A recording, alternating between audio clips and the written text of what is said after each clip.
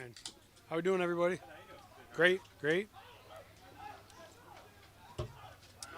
Necessarily want to win a game rushing for 46 yards, but what does it say about this offense that you can lean on the rushing game in the second half, week one, and then come back and throw for what Geno did last week and stuff like that? Well, I think anytime you have a situation like that, you want to be an answer-based offense and be able to respond. And we got a lot of talented guys, and I think that if they take one thing away and try to focus on that, you have to be able to fall back on whatever the other side is. So if they want to challenge you in the run game and you feel like the advantage is throwing the football, then you have to attack that and stay aggressive.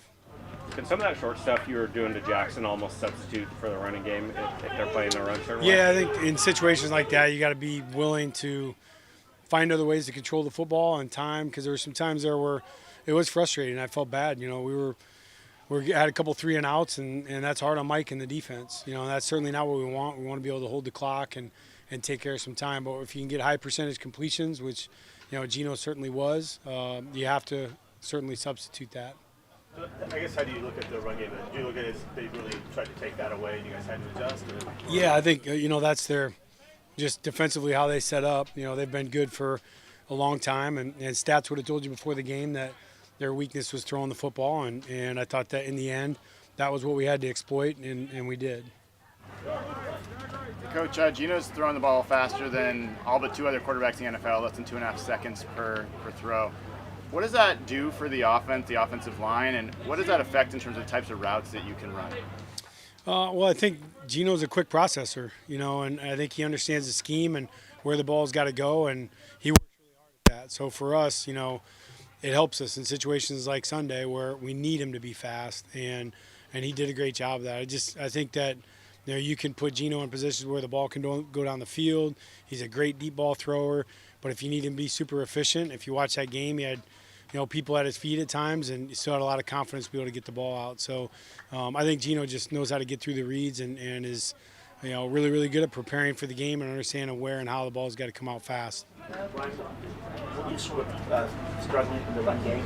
Like, when do you don't fully abandon it? When do you come back to it? You're struggling here. Is it a play that comes up and you say, let's go back to it? What's that? Yeah, there's a lot to that one. That's a great question. I would say that there certainly is things within the game plan that can undress that. When you think that, okay, I got to find out later if we're gonna have the ability to get back to the run. And I think our game plan is typically littered with that to make sure that there's always an opportunity to get back to that. And for us, at the end, that was certainly the case. That we had some doors open there for looks where we could have switched or checked to a run, but they kept giving us the throw looks. Both at Washington and now here you've got a bunch of different receivers. What does that do for you as a play caller when teams can't just say, okay, if we shut this guy down and we can shut down the passing game, they got a bunch of guys to account for? Yeah, obviously we're really, really blessed with the guys that we have here skill-wise, and I think that it puts a lot of stress back on the defense. If they are trying to, shut one guy down, I think it gets really obvious. If there's brackets on one player or they're trying to take a guy away, that there's going to be the ability to open up the other lanes. And I think that, Geno does a good job of understanding the progression and when the primary is one guy versus another guy. Where's your offensive line, Ryan? Where do you want it to be right now? Oh, I think it's always a work in progress. I've always felt like, that's the situation anytime. I felt like that at Washington, and I think our best football is ahead of us at the O-line spot. And I think any good offense would tell you that their O-line's got to grow during the season, and I think they will. Connor's only 2 games in, with this offense, and I think he'll continue to get better, and I think he does an outstanding job, but those guys are still gelling. I don't think there's any question, and when they get that down, I think their best ball is ahead of them. How big of a challenge was that for Connor, just coming off the ACL, and then a new team and a new program and all that, and yeah. Arriving in mid-August, basically? No, it's Charles and I were just talking about that before the practice, and just really impressed with Connor, how well he's done, processing the information, not just, there's a difference between playing center and another position. He is making a lot of decisions, literally every play to set the plate for the offense. And so I think it's amazing, and the guy works really, really hard at it. And I think that he's only going to get better. The more comfortable he gets, the faster he plays, it's going to keep getting better. Last week you caught the Tyler catch on third down to ice the game, a break glass. Yep. Who all has input in what gets lumped into those break glass plays for the end of the game each week? Yeah, no, we all do. As a collective offensive staff, we'll come together with the game plan, and then, I'll probably isolate the ones that I feel the most comfortable with, calling in those situations that I got the most confidence that we're going to execute at a really high level. Does that end up as like a section on the play sheet? Yeah, it does in some ways. There's multiple sections that play into that, but yeah. Labeled what, break glass plays? Nope. they're labeled other stuff, but I know where they're at. Is Miami's defensive front very similar to what you're getting here, or is it a lot different? Schematically, yeah, similar, very similar. I think there's, just like any coordinator that's come from any branch, or, they're going to have their own flavor on stuff, right? They're going to have some types of change, and they're going to have how they see or interpret the defense or offense schematically, and they're going to put their sauce on it.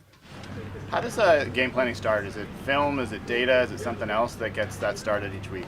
It's a combination for sure. You're going to get input, hard stats and data, and I like to look at that and then see if the film matches it, because there's some things that might pop off the paper that counterintuitive, and then you got to dig in. And I think ultimately the big decisions always come from film. You got to be able to wipe out the plays that don't really matter in a game and dive into the ones that do, and try to really see, what's this guy calling in these situations. Geno's been a really good play action thrower, and you guys haven't done play action as much so far. Are there certain things that lead to more play action or less play action in any given game? Yeah, certainly the run game, is a big part of that, and then obviously how you're protecting and the ball going a little bit further down the field. But we certainly work play action every day, and it's a big part of the offense, and we're hoping that lights up pretty soon. The play Charbonnet made on the last third down on that drive on that. How good of a play was that? When Zach made that, I think what's underrated is, he makes the catch, first of all, has to find his way through a lot of traffic, but then there's a chance there's a lot of guys that they get heel picked at the end of that play, and now all of a sudden you're in 4th and a yard and a half, and things get really weird really quick right there. Now you're making some pretty hard decisions, and him getting that was an incredible play.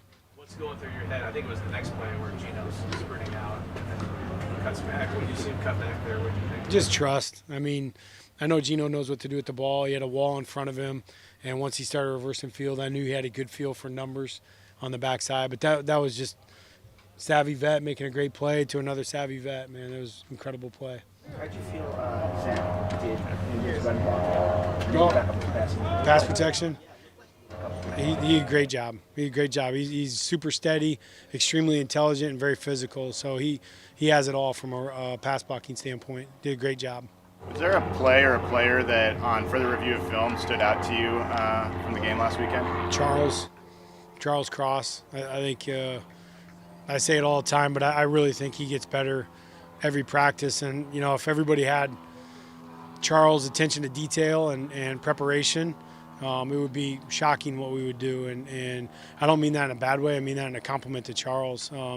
If we do a walkthrough, he is drenched in sweat. His knees are bent on every play. His hand placement and eyes is critical. He just loves football, and he loves the process of getting ready for a game and going to battle. So I think he's an absolute stud.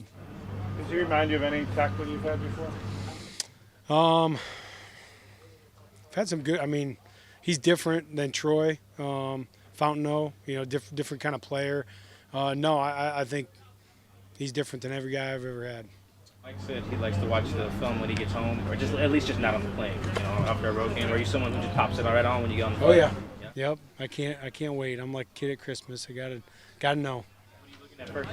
I watch the whole game. Just grade every play for the offense.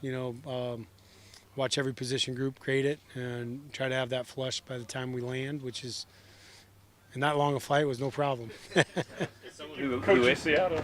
That's right. That's right. As someone who's that way, do you kind of marvel at the fact that Mike has the patience to say, I'm going to wait until tomorrow to watch? Well, Mike's got a lot on his plate. You know what I mean? Like he's processing what's going on in the game or what has happened defensively and special teams. So I think he has probably a different process, as a head coach.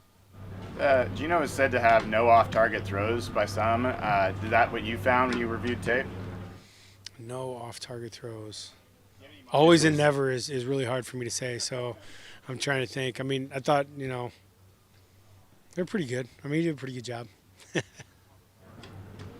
All good? Appreciate you. Have a great day.